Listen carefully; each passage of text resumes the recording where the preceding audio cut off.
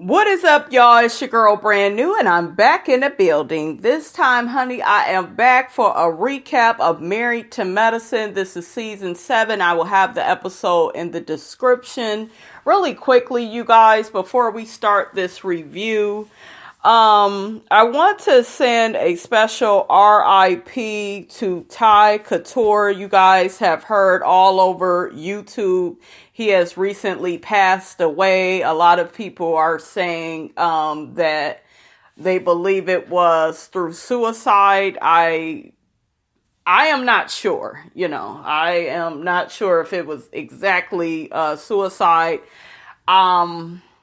I was subscribed to his channel for some time, and he did, talk about his mental health issues as far as dealing with depression and suicide. I had unsubscribed to Ty's channel some time ago, maybe about a couple of years ago. I unsubscribed because I got to the point with his channel where, I don't know, you guys, you know how you like somebody, like I liked him when he was with Corey. I liked their chemistry together. I would always comment on the videos, and then it seemed like him and Corey ended up getting a divorce, and then it seemed like very soon right after that, you guys, he was with this guy named Michael Hurd or whatever.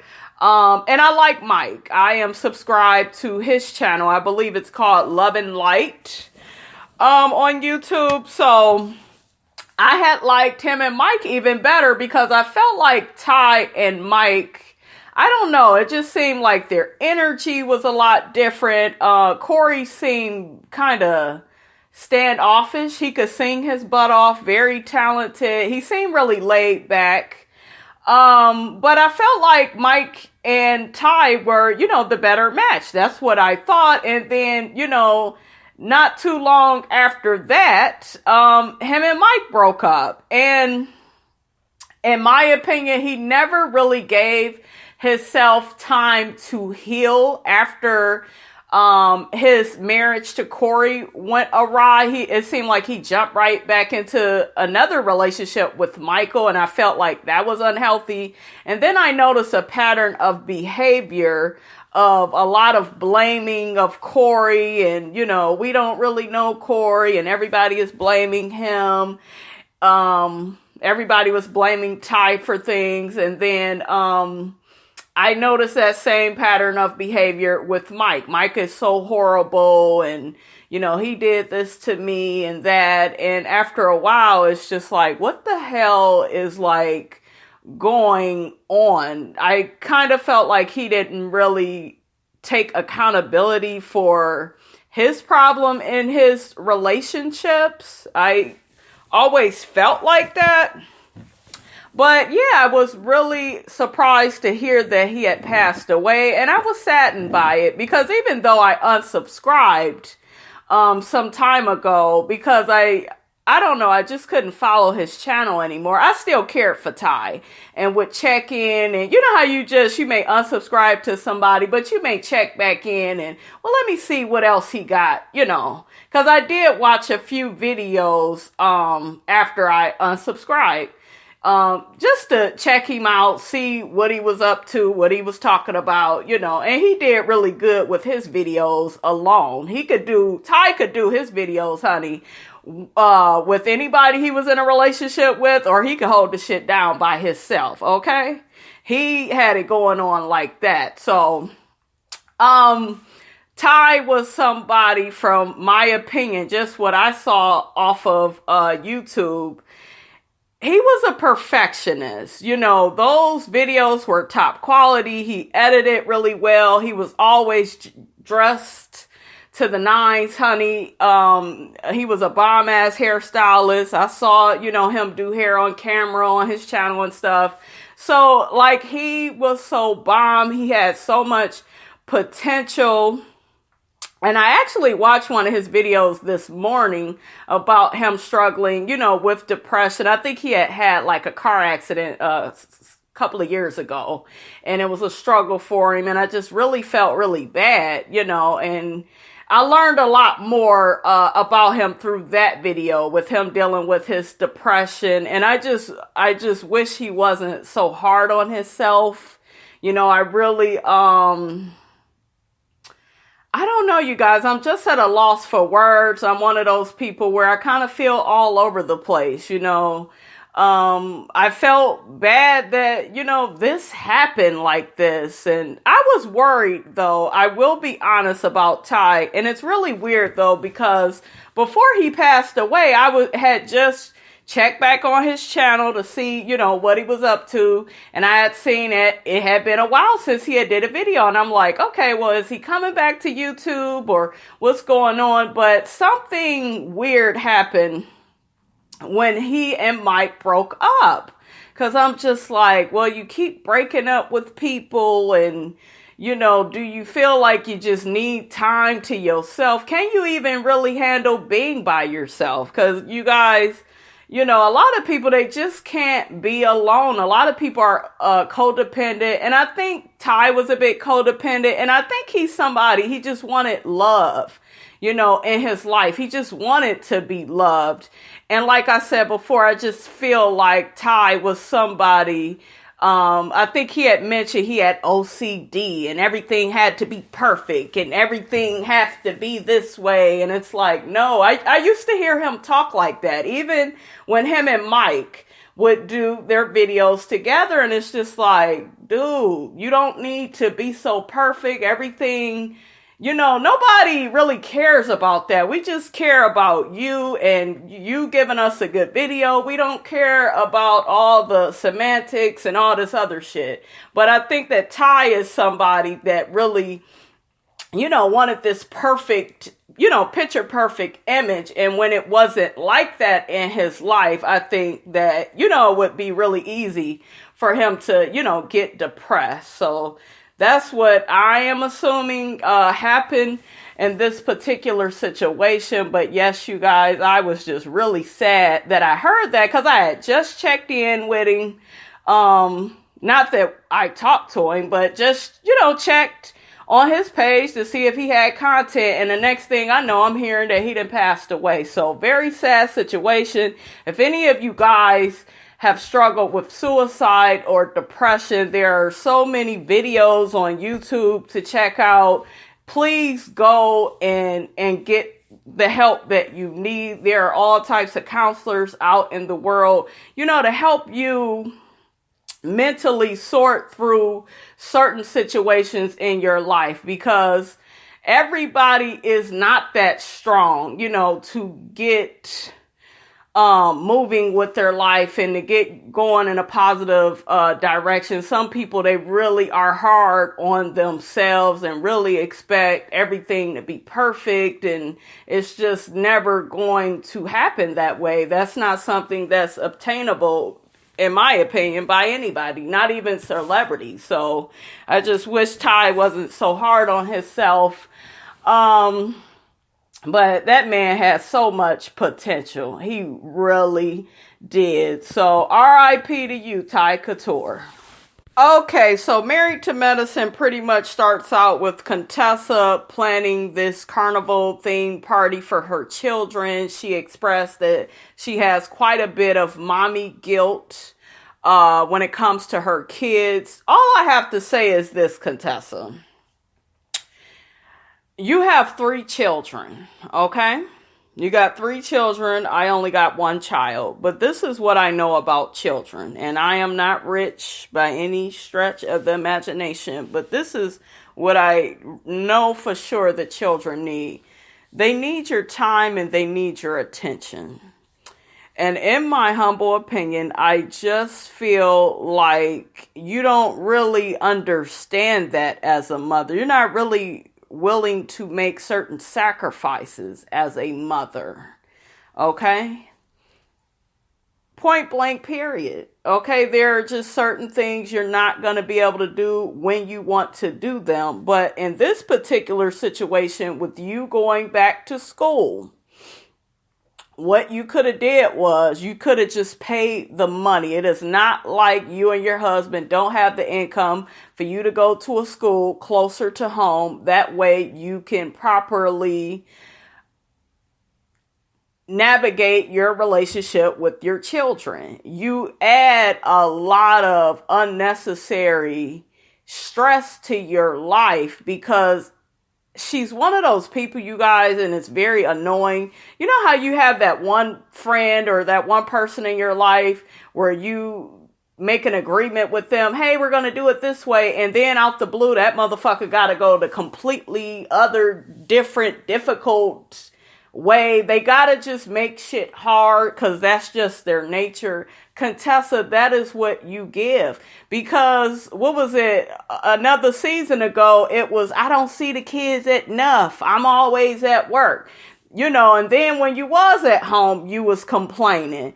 You know, it's just like no matter what situation you are in, it's like you are never satisfied. You're always, like your husband said, you're always searching for something. And I don't know, you guys, she's serving me. She's searching for something outside her children, her marriage.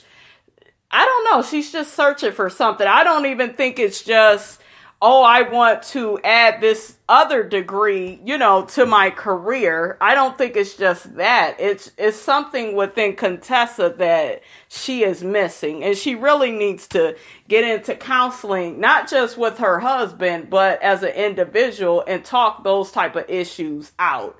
Because this type of pattern of behavior that I am seeing is just not good. Okay, so we got Quad and Dr. Heavenly. Okay, so they were in the car, they're talking, and Quad just mentioned how Simone and Toya, you know, they both left her party. You know, I guess she didn't mention their names quick enough. And Quad, in my opinion, they just kind of showed you where you are with them, and, you know, you may not ever be back friends with them. So they left, let them heifers go. It is what it is. Anyways, Dr. Heavenly, honey, didn't plan a couple of blind dates for Quad, except, hell, both the men is at the same damn restaurant at the same damn time. I said, oh, hell no. What is going on up in here? Okay. So, first off, the one guy, Quad, you mentioned how the man looked. And you was just like, oh, well, you know, he's really not what I go for. What the hell do you go for? Do you want Dr. G part 2? Hell, you act like Dr. G was fine, honey. Like, what the hell do you go for? Okay? Now, honey, that man do look like the first date. He did look like he had some type of alcohol issues. I'm just saying. It looked like he, you know, loved throwing them damn Colt 45s back. I'm just saying he looked like the type. Anyways, he gets his ass up to the table and he talking to Quad, telling her how beautiful she is. First off, Quad, take that shit off your head. Take that short blonde wig off. I don't like it. Get you a medium bob, or you could have did a ponytail, long black ponytail, Quad, that to go with that dress, because the dress was really pretty against her skin, but I'm just not feeling the hairstyle. But anyways, the first guy, that motherfucker don't know his damn credit score. Okay, and when a motherfucker don't know their credit score, you know what that mean? You know what that mean? The credit score is bad, okay? The credit score is bad. He don't want to know. He want to turn a blind eye. He want to act like his credit score don't exist, honey. I know what that means, okay? So that's, look, red flag number 1. Red flag number 2 out of the same man is he don't see his son. Now, sir, you're on a date, but yet you don't see your son, and you don't see the problem with that? Motherfucker, you need to be trying to date your son, your seed, the person that you helped to create. What the hell you chasing after women for? You damn men killed me, okay? Stop thinking with your private parts, okay? And you need to have a relationship with your child. That is what's important. You can get some coochie later, but take care of your damn children. Quad, you should have been asking his ass, do you pay child support? Like, what is it that you do? Then he does what most black men do with his old stereotypical ass. Oh, well, the mother won't let me see my son. Here we go with that shit. If you don't get your ass to the nearest court and talk to a judge about seeing your motherfucking son, if you don't get that motherfucking shit handled, my dude, So that was a red flag. Another red flag was when he did conceive his child, him and the woman wasn't even in a relationship. They had been together for 4 years, and I guess they had a lot of back and forth, and she ended up getting pregnant when they wasn't, actually together. They was on an on and off stretch. Child, Quiet was just like, I can't do that with him. He just got way too much going on. Then the motherfucking man brings his ass into the bathroom with Quad, because before he came into the bathroom, this other big guy, he got to be about 6'6". He is a big motherfucker. He too damn big, heavenly, for Quad, okay? But anyways, this big guy is at the table, and the first date is at the table. It was too much for Quad. She's embarrassed. She ends up going off to the bathroom. Okay, so Heavenly stays at the table talking to the second guy. Okay, so Quad then ran off, and then the guy follows Quad in the bathroom. I said, oh, hell no. This is another damn red flag. Damn, can't you see that the woman is in the latest room, and she will be out when she feel like it? Like, damn, can a nigga get some privacy up in this bitch? This motherfucker following people around. Well, you just such a beautiful woman. Nigga, save that for your child. You need to be worried about where he is. And while you got time to stalk the pussy, you need to be stalking your damn child. You're canceled, sir, okay? So Quad ends up coming out, honey, to talk to her second date. He is a dentist and a multi-millionaire. Quad had a big smile on her face when she heard that. He got good credit. He is divorced. The children are grown. I said, ooh, so far so good, honey. But he said that his relationship didn't work because the ex-wife wasn't ambitious enough. Do I believe that? I don't know. It could be possible. He seems more promising than the first date, but Quad ain't feeling neither one of these guys. The other guy, to me, he just doesn't fit Quad aesthetically. Like, she needs somebody that's just a little bit taller than her. This man is way taller than her, way bigger than her. I mean, god damn. I would hate for him to have to be on top. I'm just saying, that's just too much man, honey, to deal with. But he seemed like he had more of a better attitude. He came in a better package. So, but Quad ain't interested, honey. Did y'all catch Heavenly laughing at that table? Heavenly, you gonna have to get that damn laugh under control, girl. That shit was so funny when she was laughing at that damn table. And Quad is now mad at Heavenly for setting up these crazy ass blind dates, honey. Girl. Okay, so next, honey, we got Buffy. Buffy is seeing Simone at the doctor's office, and she's pretty nervous that she may have breast cancer. I believe she found a lump in her breast. We also learned that Buffy hasn't been able to get pregnant through the years. Y'all know she's married to her husband, and they both wanted children, and they have not been able to have a child. And it's just really sad. I'm still trying to figure out how I feel about Buffy, but so far, I mean, she's okay. I ain't got too much of, no issues with her. She's really worried about the breast cancer because, I believe it runs in her family, and a few family members have had it, and it's really scary, So she had found the lump in her, I don't think it was exactly her breast. It wasn't exactly her breast. I think she had mentioned like her arm or somewhere. So her underarm, something like that, somewhere in that type of area. She mentioned that she had known about it for about 6 months, and she told, Dr. Simone not to judge her. I know a lot of people will look at this show and judge her and say, well, you should have hurried up and went to the doctor. I'm human. I can understand how scary all of this is for Buffy. And it turns out what she felt was like some extra tissue. That's actually what she had felt. I don't think it was like an actual lump. But I understand that these type of things is scary. It could change your whole life. And, there's a fear about it. And I don't think enough people talk honestly about it. Yes, we all know that early detection is the best way to go, to immediately get to the doctor. But I understand about her being fearful and worried, because this is something that actually, runs in her family. We actually see Buffy later on go to see another doctor with Simone. I'm so glad that Simone was there with her and was comforting her. And I told you guys, Simone is an excellent doctor. She has wonderful bedside manner.